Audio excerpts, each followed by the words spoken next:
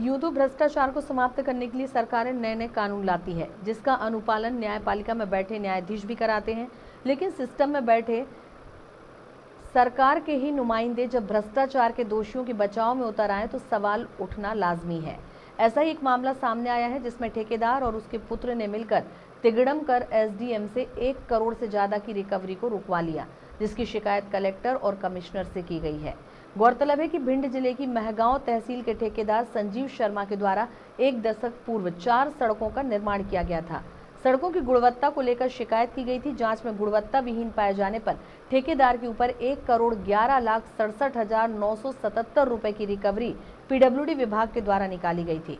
Recovery के विरोध में ठेकेदार हाईकोर्ट चले गए थे, लेकिन हाईकोर्ट से उनको कोई राहत नहीं मिली थी।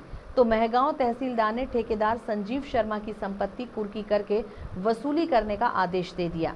उसके बाद ठेकेदार ने अपने पुत्र के साथ मिलकर रिकवरी रुकवाने के लिए तिकड़मबाजी शुरू की और अपने पुत्र श्याम से अनुविभागीय अधिकारी के न्यायालय में आपत्ति दर्ज करवाते हुए तहसीलदार के आदेश को निरस्त करने की अपील की, जिसमें वसूली से बचने के लिए सुनियोजित तरीके से पारिवारिक विवाद के हिस्सा बंटवारे का सहारा लिया।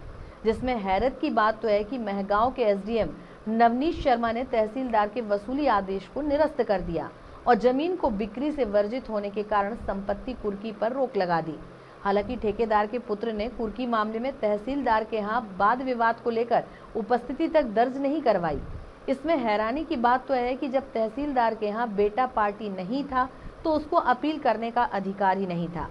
इस तथ्य को जानते हुए भी एसडीएम ने उसकी अपील भी स्वीकार कर ली और कुर्की रोकने का आदेश भी कर दिया, जबकि इसी मामले में हाईकोर्ट ने ठेकेदार को कोई राहत नहीं दी थी। इस पूरे मामले में शिकायतकर्ता अशोक शर्मा ने एसडीएम नवनीत शर्मा पर भी मिलीभगत का आरोप लगाया है। उन्होंने कहा है कि ठेकेदार संजीव शर्मा को उक्त भूमि पर सोलवंशी के प्रमाण पत्र के आधार पर ही कर्ज मिलता था, जिसका भार पुत्र पर भी होता है। फिर बंटवारे के विवाद में वसूली कैसे रोक दी, जबकि ठेकेदार पुत्र ने एसडीएम के यहाँ लिखित में कहा है कि वो अपने पिता के खिलाफ कोई कार्रवाई नहीं चाहते। उनके ऊपर आरोपित की गई थी, जिसके लिए उनके द्वारा तहसीलदार को नियुक्त किया गया, क्योंकि रिकवरी तहसीलदार को करनी थी। जिसमें तहसीलदार ने 4 प्रकरण संचालित किए और उनके विरुद्ध रिकवरी का आदेश किया। उक्त आदेश के विरुद्ध ठेकेदार संजीव शर्मा के पुत्र द्वारा एसडीएम के यहाँ एक अपील प्रस्तुत की गई।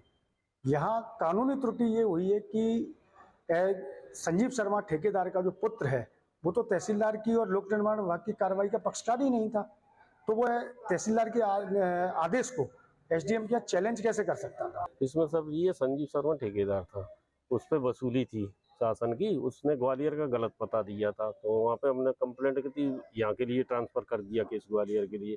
ग्वालियर का बोझ में भिंड के लिए भिंड कलेक्टर साहब ने आरआरसी जारी करने का आदेश दिया था तहसीलदार साहब ने। तहसील साहब ने कुर्की वारंट जारी कर दिए थे। कुर्की वारंट जारी कर दिए थे तो उसके संजीव शर्मा ने अपने बेटे श्याम शर्मा से एसडीएम साहब के यहाँ अपील करवा दी। उन्होंने 4-5 दिन में ही उसको दर्ज करके आदेश कर दिया कुर्की रोकने